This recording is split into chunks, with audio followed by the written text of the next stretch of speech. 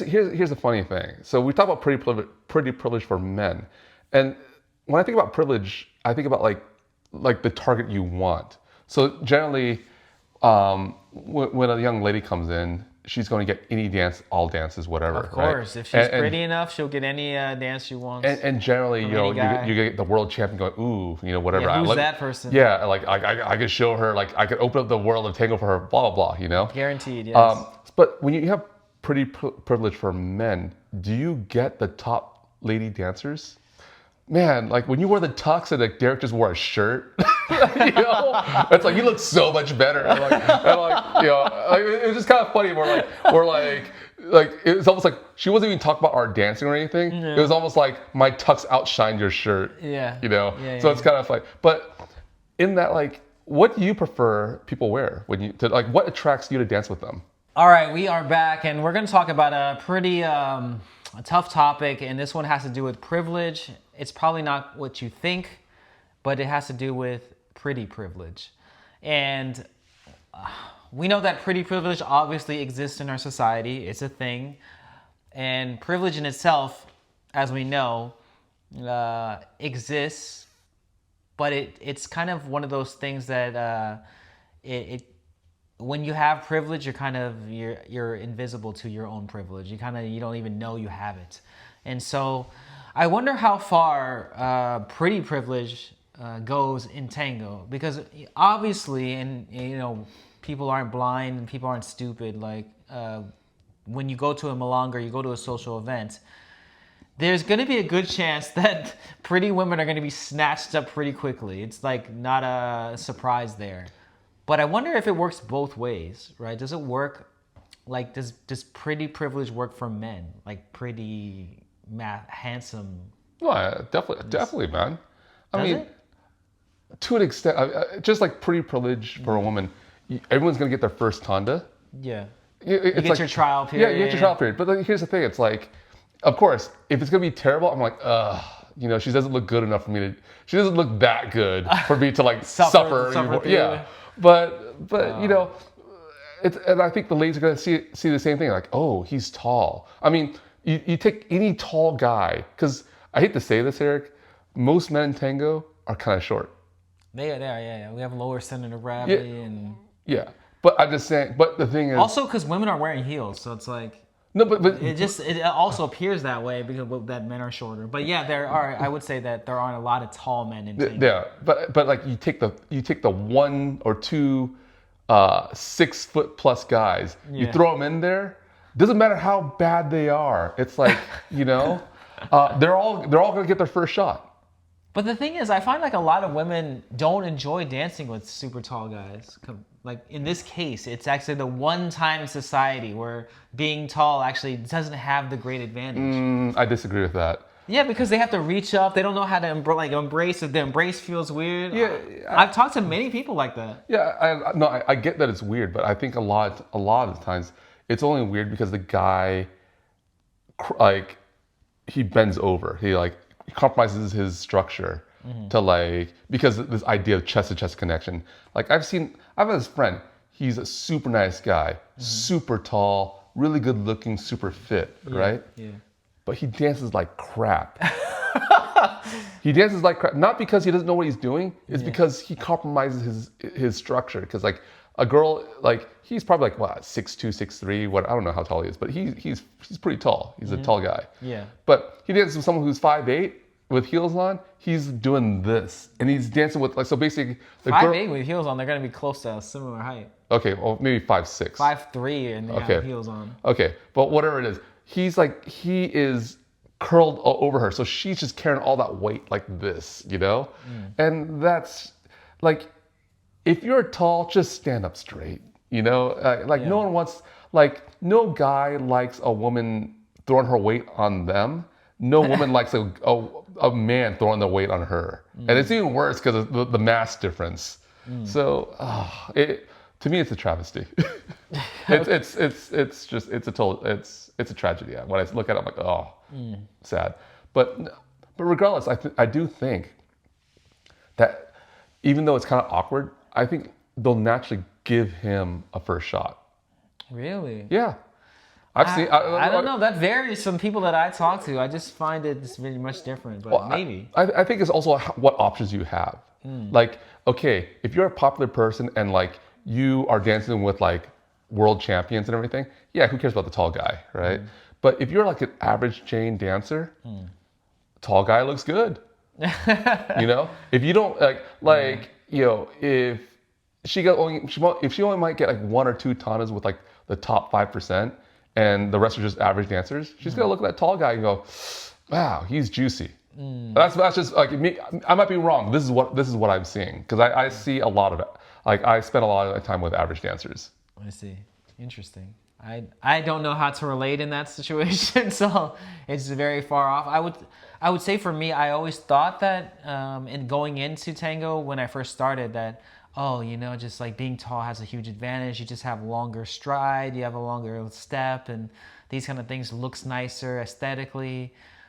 But in my time of tango, obviously, as you said, right, most of the tango dancers are shorter on average, and obviously the low center of gravity is important. It plays a role, and I found that in tango it's actually one of the places in our society where being short isn't a huge disadvantage. Actually, it's. Do you think it's celebrated? What? Do you think it's celebrated?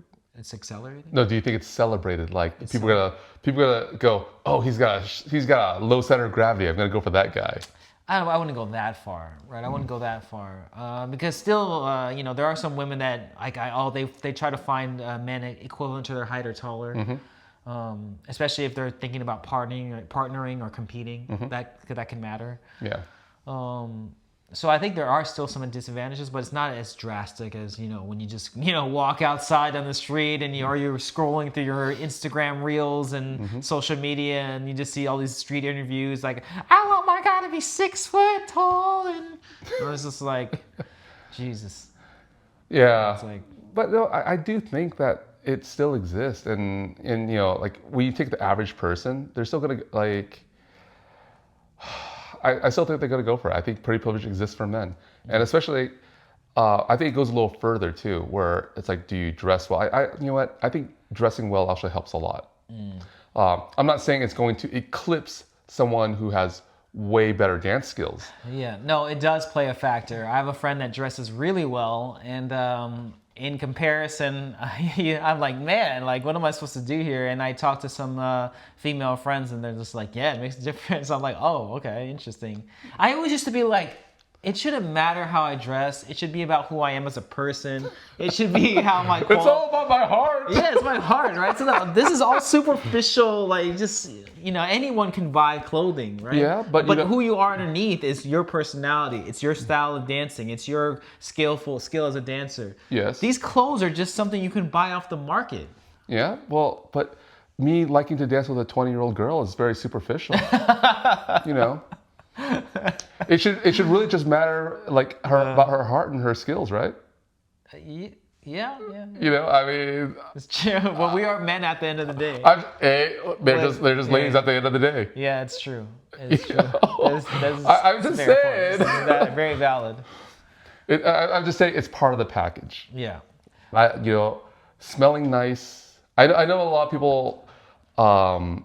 You hear a lot about hygiene and it's like, you know, smell nice and everything, but like, scent does play a huge factor. I know a personal friend who's just like, I don't like the way he smells, and it's like, pfft, shut down, you know? I've been looking at different scents because of that now. Oh, like, what do you wear? I mean, I used to just go with the fitness kind of like Old Spice deodorant and these other things, but I'm actually more intrigued in like different kind of flavor. Like I wear like lavender, Nice, like, and these other things, and it's actually, interesting enough, plays a big instrumental role and a huge difference. Does. So what's your flavor of the month? I'm looking into like this rose mint thing or something like that. But No, but do you have like a brand or something? Like I was just like, you know, ChatGPT, tell me what's some like good. You know, I'm a big fan of bergamot. Bergamot is it's got a nice, like, you know, woody flavor to it. But yeah, because I would say about like 8 years ago, I remember some women were complaining about cologne being too strong and like it's just I can't dance with that person because they wear too much cologne. And so I think that turned me in a different direction. It's like, well, I guess I don't want to be overpowering with a certain scent, right? And so I guess I went the opposite direction, just whatever, just general deodorants wouldn't work. But now I'm more in the sense of, man, maybe different types of deodorant smell like scents is important. Yeah, no, I do think cologne is really important, and I do think that understanding how to use cologne. Because I spoke on it last time where, it's just it's heat activated. Just one on your wrist, here, one on your neck, just that, and you're good because it's like it's heat activated. So a lot of people just like I can't smell it, Gosh. Yeah, so that's Like Febreze bottle. all right. But what other things do you think also contribute to the whole like pretty privilege of men? Hairstyle? Do you think that plays a factor? Well, there are some people that are going to say, yeah, I mean, having hair makes you look younger and younger dancers are more preferred across the board. So that's gonna definitely be a part of that. So I started playing with hairstyles a bit. Like I changed my hairstyle recently. And one thing I realized is, I didn't realize, I actually I just did a little research on it, and that like certain haircuts fit for certain face shapes. And like, it's obvious when you say it. You're like, oh yeah, it makes sense. You want your, you don't want your face to look like short and fat. So, but like when you actually really dig into it and actually go, okay, that makes sense. But what's good for me? And you start looking into it. Yeah, it makes a difference. It does. Cause like, so I started doing facial structure, your facial shape, facial features. Cause I have a round face. I started doing the undercut. It looked really good. A lot of people compliment me on it.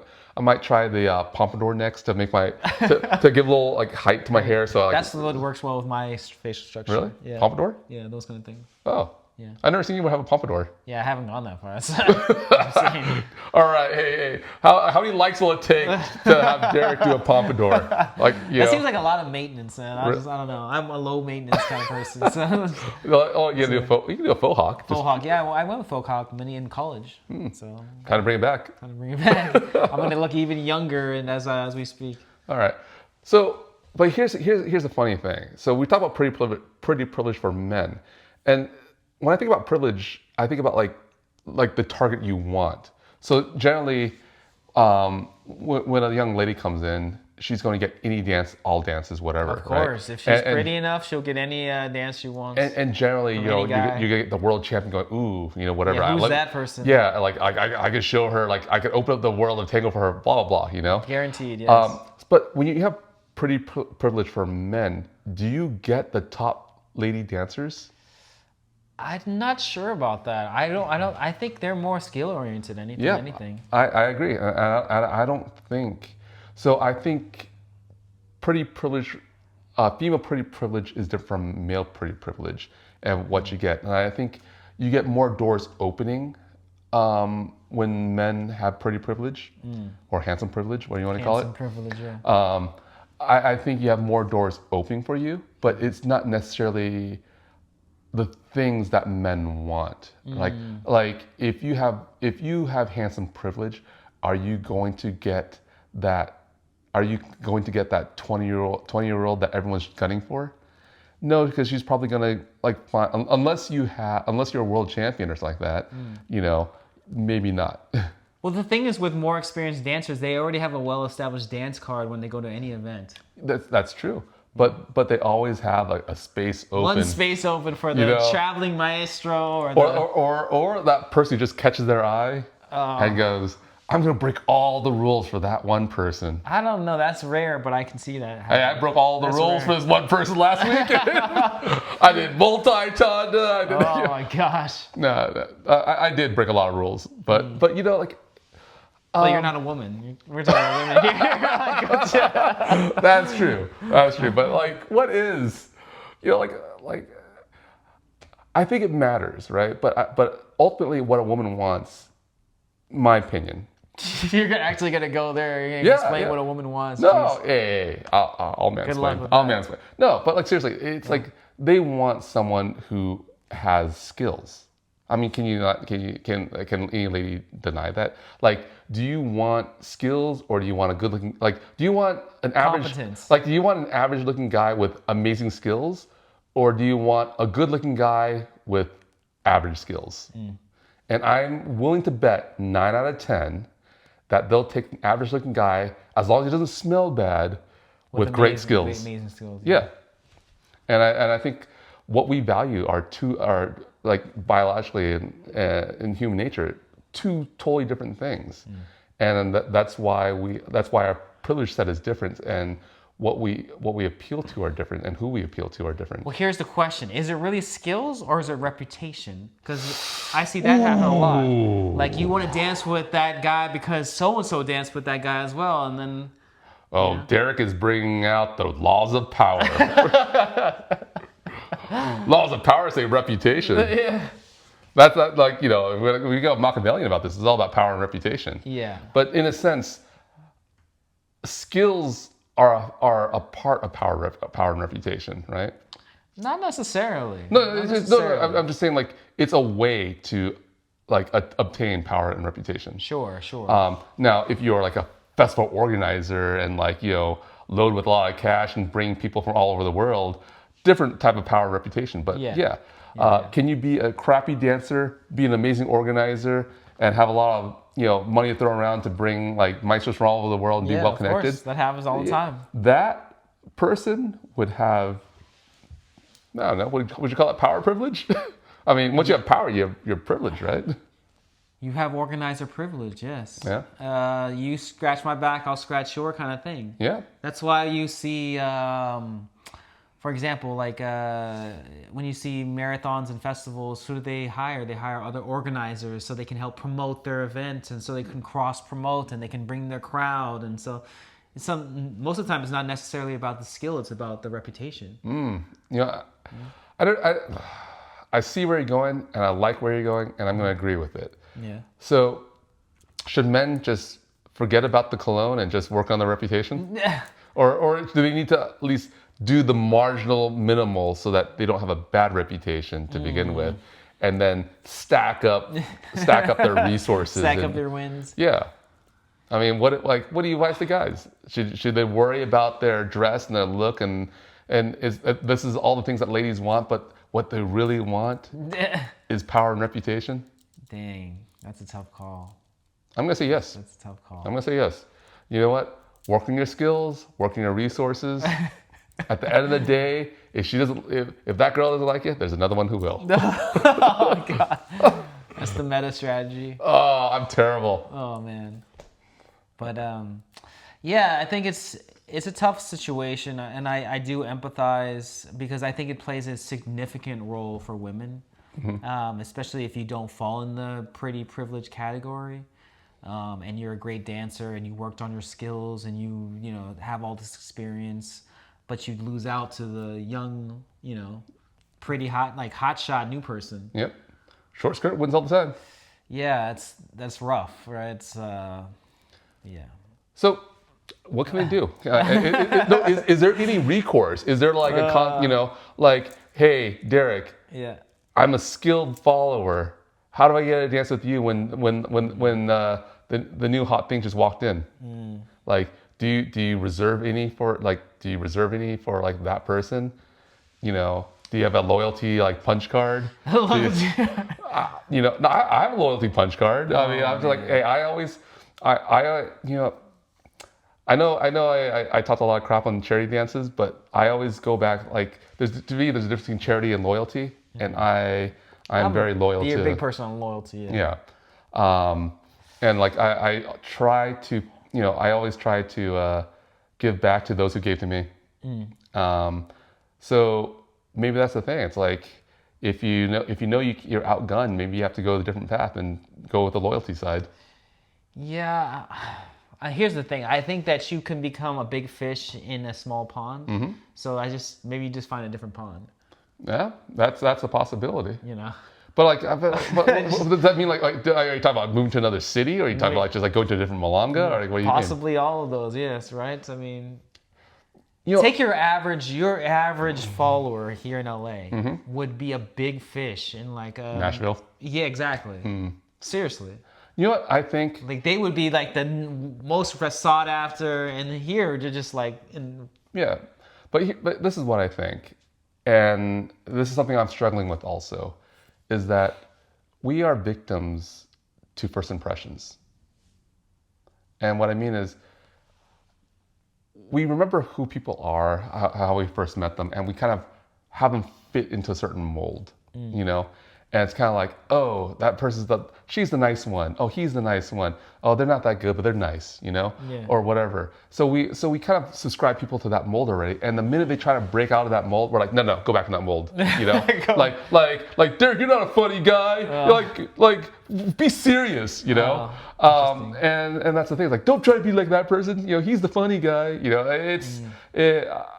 I think breaking the mold, either you do it and you keep on going and work with the new people who have this new first impression of you, or do what you said, change your environment where now everyone has a new first impression of you. Yeah. And it's something that I struggle with, because I feel like I've put myself in this mold of being like nice guy organizer and everything, and I'm like, I'm not that anymore. I'm not an organizer anymore. I'm not. I want to do S scenario. I want to do all these other things, and that's one of the other reasons why I feel like I'm pulling back on social tango, because it's like I want my change of environment, and I want to break that mold, and this is how I need to do it, where like I need to disappear for a bit and then come back and be like, oh, I'm a serious actor. I want some serious acting roles, man. I know, Stop pigeonholing me as the comic stand like the comedy sidekick. I know, I'm not Chris Farley anymore, man. I lost weight. I'm not Chris Farley. You know? No, but it's true though, but like, you know, is there a way for a lady to do that? Like besides like I'm deciding to slow down on my social tango, focus on S scenario, and then kind of like reintroduce myself as like the new improved Rob, you know? Yeah. Like, is that possible for a lady? Yes, honestly, because I think here's what we overlook. When you become good at dancing, you become more attractive in general, right? Not even physical looks aside. I think if you're a good dancer, it's an attractive thing. Yeah. And so I think now we look at the end result, but those people that we consider, you know, attractive dancers today, I think when they first started, when they first came on, we didn't put them in that category, but they've now reached that category. We soon forgot that. Because we just now put them in the box of, oh, you know, they're pretty and they're a good dancer, like, but they didn't start out that way, you know. Yeah, no, I get your point. I think as you mold yourself and you become a better dancer, I think you do become more attractive actually. And so is your advice is take more privates and kick ass? I mean, work on your dance. I think that's the best thing you can do. It's the one thing you can control, right? Yeah, and I also think that like find your partner, like find a practice partner too, because I think one of the biggest problems, and it's a tall order. I totally agree. Very hard to find a good practice partner. The same objective, has the same time schedule, live in a reasonable place here in LA where there's no traffic. Yep, it's a tall order. It is a tall order, but very tall order. But I also feel that like sometimes you can break the mold by changing your status as like a soloist versus like a power couple. You know, like so like, you know, when Natasha and I broke up, I became more of a soloist, and now it's like, you know, or when I stopped being an organizer, like it's like I present myself differently. Yeah. And I think like it hasn't really quite settled in yet. It takes time, but I think it's possible to change the mold by changing your relationship of how you present yourself. If you present yourself as a solo person versus as a couple. Yeah. I mean, and I don't mean a romantic couple. I just mean like a competition couple, practice couple, whatever. Because you come in together and you're like, okay, and then hopefully your partner will help you shine for you to attract more dances. Yeah. And then I think it also goes down to the fashion with women as well. That plays a huge role in it.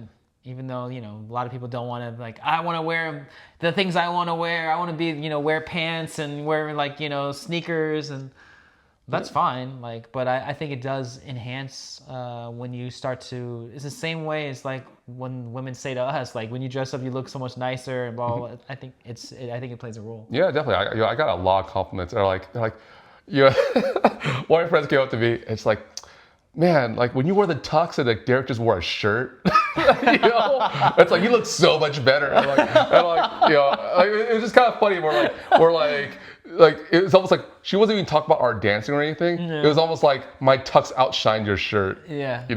So it's kind of like, but in that, like, what do you prefer people wear when you to like what attracts you to dance with them? Like it fashionably. As long as they don't wear rhinestones on the back of their Rhinestone sequins. sequins, yeah, that's the only thing I'd. For me, I hate to say this, it's hair. It's hair. What? No, it's like Body hair or hair? no, like head on hair. Head on hair. Oh my god. Oh, lift your arm. Let me see that hair. Jeez. Are you like no? I like them hippies. I like them extra hair in my arms, so I can feel it brush against me while I dance. Oh, it's better than sequin. No, I just love the way like ladies style their hair, especially like sometimes like when they change their hair, they look like a completely different person.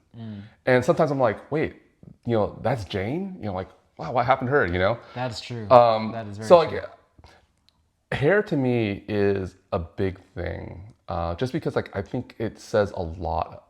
I mean, maybe it's me just filling in the blank and projecting because I'm like, wow, that's just like well put together and everything. Yeah. But I just got a thing for hair, and like if it looks nice, if you know what, like the girl I totally broke all my rules for, it was her hair, and then after that it was like, wow, she wears orange really well. No one really pulls off orange, and it was those things that made me kind of more curious and break all the rules. So you never know. It just might be a crazy fluke of like a moment of serendipity. Yeah. I just keep thinking of his body hair. Just because when I was thinking about what's nice to me, I was thinking of like I like when women wear the backless, like I can feel their back in my palm, and so all I was thinking about when you were saying hair was just like that, like You're like Rob likes otters and bears. like a back hair. Oh my god. All right, we gotta cut this, man. Hey, all right, thank you everyone for joining us. We'll catch you on the next one. We're definitely more serious. No, and we're not talking about body hair. Thank you so much, and we'll catch you on the next one. Thanks for tuning in to this episode of Left Foot, Right Foot. We appreciate your support, and make sure you click that subscribe button and that like button. It really helps with the algorithm, and also you receive all our latest updates. Thank you.